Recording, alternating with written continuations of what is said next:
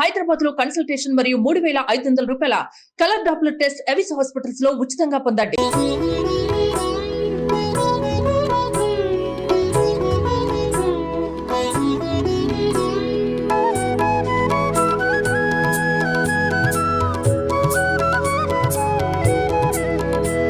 Suman TV presents mom's kitchen కి స్వాగతం.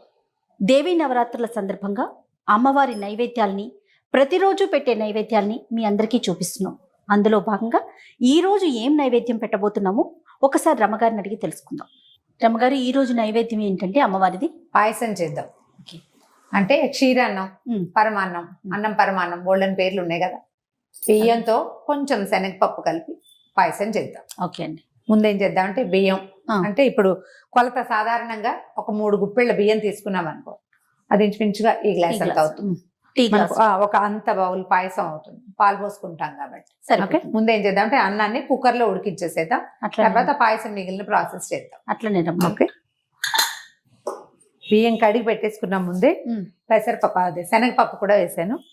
ఒక కుక్కర్ లో వేసేసుకోండి. ఇవి తొందరగా అయిపోయి ప్లాన్ కదా మంది. అవునవును.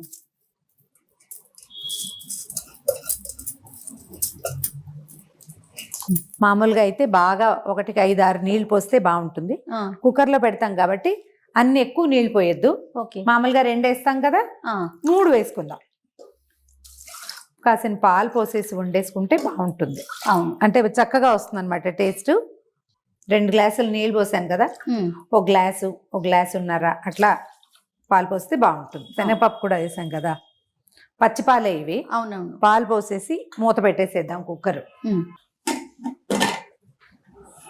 అది అది ఓకే, స్టవ్ ఆన్ చేసేసాము.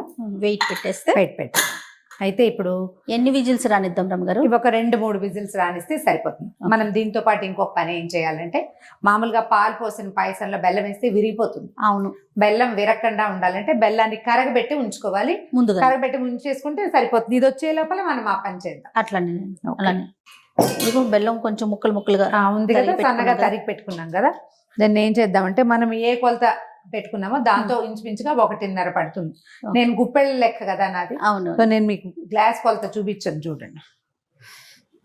ఒక 3 గుప్పెళ్ళ బియ్యం వేసాం కదా, అటు ఇటుగా ఒక 4-5 గుప్పెళ్ళ బెల్లం వేస్తే సరిపోతుంది. ఇంచుమించుగా ఈ కట్ చేసి నేను ఇక్కడ పెట్టిన బెల్లం దానికి సరిపోతుంది. ఇది ఇవాళ బెల్ల పాయసమే చేస్తారు. మధ్యలో ఒకరోజు క్షీరాన్నము అని ఉంటుంది, ఆ పూట తెల్లని పాయసం చేస్తామన్నమాట.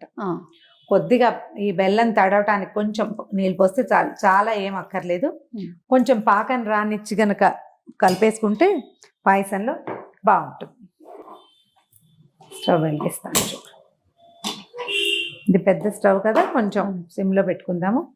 దీన్ని కాస్త కదిపితే అది అడుగు అంటకుండా వస్తుంది. మనం సన్నగా తరిగేసుకుంటే మనకి ఇంకొక అనుమానం ఏంటంటే, ఇది ఇప్పుడు మనం సన్నగా తరిగిన బెల్లం కుక్కర్లో వండిన అన్నంలో వేసుకోవచ్చు చివరికి, కానీ బెల్లంలో ఒకవేళ ఇసుక ఉంటే. అవునండి, ఇప్పుడు ఇసుక లేని బెల్లం రావట్లేదు కదా, అందుకని కాస్త బెల్లం కరగబెట్టుకుంటే అనుమానం ఉండదు. కసకసలాడము అలా లేకుండా అవుతుంది. కరగబెట్టేసుకోవాలి. 2 ఎట్ ఏ టైం సైమల్టేనియస్ గా అయిపోతాయి, ఏమి ఇబ్బంది లేదు. బెల్లం కరిగాక జీడిపప్పులు కిస్మిస్లు వేయించి పెట్టేసుకుందాం. ఈ మూత తీయటం ఏమిటి, మిగిలిన పని అయిపోతుంది.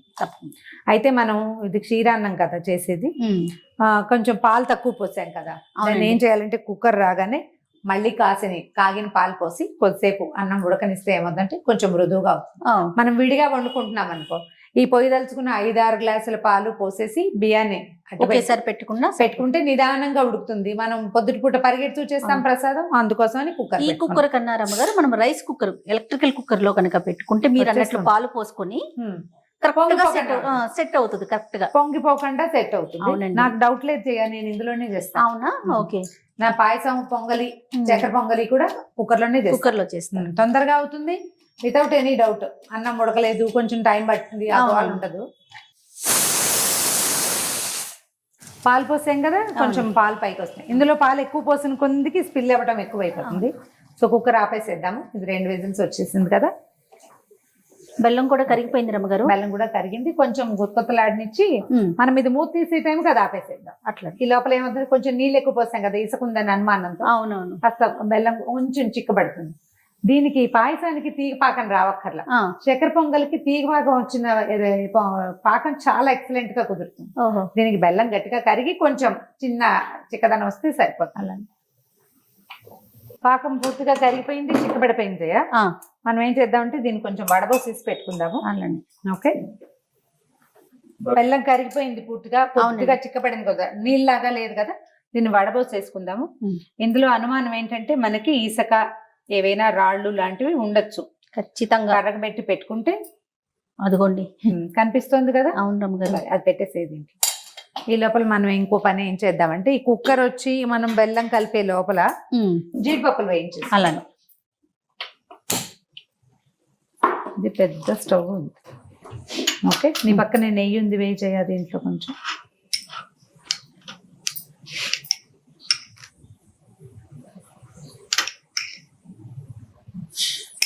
చాలు, స్పూన్ ఉంచు. కాసిన జీడిపప్పులు, తర్వాత కిస్మిస్లు మనం చకచకా వేయించుకుంటే రెండు కలిపి ఒకసారే వేసేసుకోవచ్చు. స్పీడ్గా చేయలేము, అవి ఒకటి మాడిపోతుంది రెండోది వేగదు అలాంటి డౌట్ ఉంటే విడివిడిగా పెట్టుకోవాలి. కొద్దిగా వేగనిచ్చి వీటిని, కిస్మిస్లు వేగుతుంటే భలే ముచ్చటగా ఇలా ఉబ్బుతాయి కదండి, సరిపోతాయి. నల్లగా అయిపోనివ్వకుండా కొంచెం తెల్లగా ఉండగానే తీసేస్తే మనకి జస్ట్ ఆ పచ్చిదనం పోతే సరిపోతుంది. ఇగో కిస్మిస్లు అన్నీ వచ్చేసినాయి, జీడిపప్పులు లేతగా రంగు మారింది. తీసేద్దాం.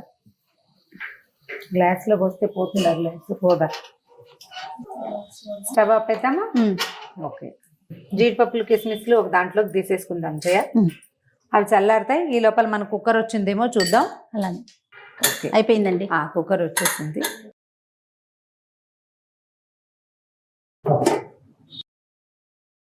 చక్కగా వచ్చేస్తుంది. ఇప్పుడు ఏం చేద్దామంటే మనం కొంచెం పాలు పోసుకొని, కొద్దిగా కాగిన పాలు, మనం ఆల్రెడీ ఒక 2 గ్లాస్ పాలు పోసాం కదా. అవునండి. సుమా అటు ఇటుగా కాస్త 1-2 గ్లాసులు పాలు పోసి అన్నాన్ని, మీగడున్నా కూడా బాగానే ఉంటుంది రుచిగా, ఏమీ అనుమానం ఏం లేదు. మళ్ళీ పెట్టుకుందాం. మళ్ళీ కాసేపు ఉడికిస్తే ఏమవుతుందంటే పాల రుచి పెరుగుతుంది.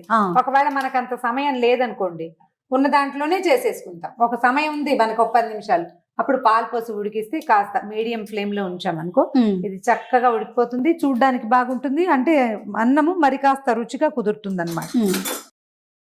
ఇది అడుగంటలేదు, మెతుకు చక్కగా వచ్చింది చూసావా, విడివిడిగా ఉంది చక్కగా. ఇప్పుడు పాలు పోసి ఉడికిస్తే ఇది సరిపోతుంది. శనగపప్పు కూడా ఉడికిపోయింది. కుక్కర్ లో ఉడకకుండా ఏమవుతుంది. ఓకే, ఒక 5 నిమిషాలు దీన్ని పూర్తిగా మగ్గనిద్దాం. ఈ లోపల మన పాకం చల్లారిపోతుంది. అవును, ఇది వరకటి రోజుల్లో బెల్లం మట్టి లేదు, అనుమానం లేదు అనుకున్నప్పుడు పూర్తిగా ఉడికిపోయాక స్టవ్ ఆపేసుకుని అప్పుడు బెల్లం వేసి కలిపేసేవాళ్ళు, కరిగిపోయేది ఆ వేడికి. కానీ ఇప్పుడు ఇసుకుంటోంది కదా, ఆ అనుమానంతో మనం ముందు వేసుకోవట్లేదు అనమాట. ఇప్పుడు ఇందులోనే బెల్లం వేసి ఉడికిస్తే ఖచ్చితంగా విరిగిపోతుంది. అవును, విరగకుండా ఉండాలంటే ఇది పద్ధతి. చూడు, మనం 3 గుప్పెళ్ళ బియ్యం, ఒక బుజ్జి గ్లాసు, చూడండి ఎంత అయిందో. ఇందులో మళ్ళీ మనం బెల్లం పాకం కూడా వేస్తే ఇంకా కొంచెం వస్తుంది. అన్ని కలుపుతున్నాం కదా రమ్మగారు, పాలు కలుపుతున్నాం, పాకం కలుపుతున్నాం. మనకు కొంచెం పలచగా ఉండగా ఆపుకుంటేనే మంచిది. అప్పుడు ఏమవుతుంది, చల్లారాక ఇది గట్టిగా అవుతుంది. అందుకని కొంచెం పాలు ఎక్కువ పోసుకోవాలన్నమాట. చూడు, చిక్కగా వచ్చేసింది. అవును రమ్మగారు. ఈ మాత్రం కన్సిస్టెన్సీలో మనం బెల్లం వేసుకున్నా ఓకే, పాకం పోసుకున్నా ఓకే. మనం ఎలా కొంచెం మన పాకం పలచగానే ఉంటుంది, పాయసం లూజ్ గానే వస్తుంది, మధ్యాహ్నానికి గట్టిగా అయిపోతుంది అనమాట.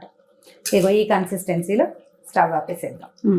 దాన్ని కొంచెం సెటిల్ అవ్వని, ఈ బబుల్స్ ఆగిపోయాక పాకం పోసుకుంటే సరిపోతుంది. ఈ లోపల మనం ఇంకో పని ఏం చేద్దామంటే జీడిపప్పులు వేసేసి ఇందులో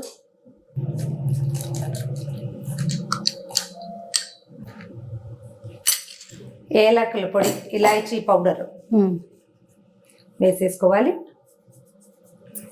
అది కొంచెం సెటిల్ అయ్యాక బెల్ల పాకం ఎత్తి కలిపేస్తే పరవన్నం రెడీ. దీన్ని ఈజీ మెథడ్ ఏంటంటే మనం వేసేది పాకం కాబట్టి స్టవ్ మీద నుంచి రెండో స్టవ్ మీదకి మార్చండి.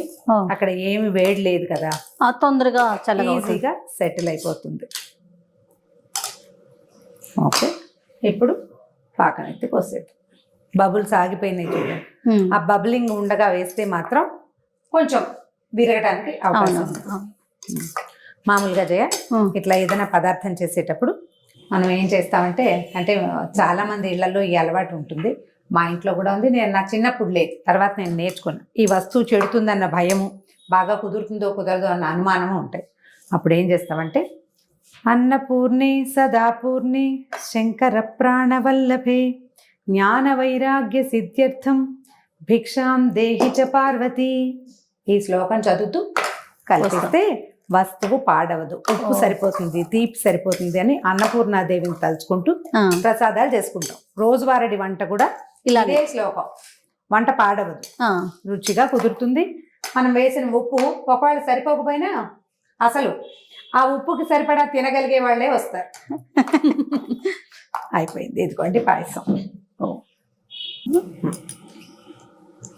చూడు, ఈ బౌల్లో వేసుకుందామా జయ. అలాగే ఎత్తివేసి మనకు కనిపిస్తుంది అది ఎట్లా వచ్చిందో, విరక్కండా వచ్చిందా లేదా. ఎత్తివేయకు, కనపడిపోతుంది కింద. ఓకే, వేసిన జీడిపప్పులు కూడా చక్కగా కనిపిస్తున్నాయి కదా. కొంచెం నెయ్యి, దాని మీద 1 స్పూన్ నెయ్యి వేసి, ఆల్రెడీ మనం వేసాము, అదొక తృప్తి అనమాట. అది వేసి నివేదన చేసుకోవటమే. ఇంకా అంతే. ఈ రోజు నైవేద్యానికి చక్కటి బెల్లపు పాయసం రెడీ అయిపోయింది. అమ్మవారి ముందు నైవేద్యం పెట్టడమే లేటు. ఓకే రమ్మ గారు, రేపటి నైవేద్యం తయారీ కార్యక్రమంలో మళ్ళీ కలుసుకుందామండి. అలాగే.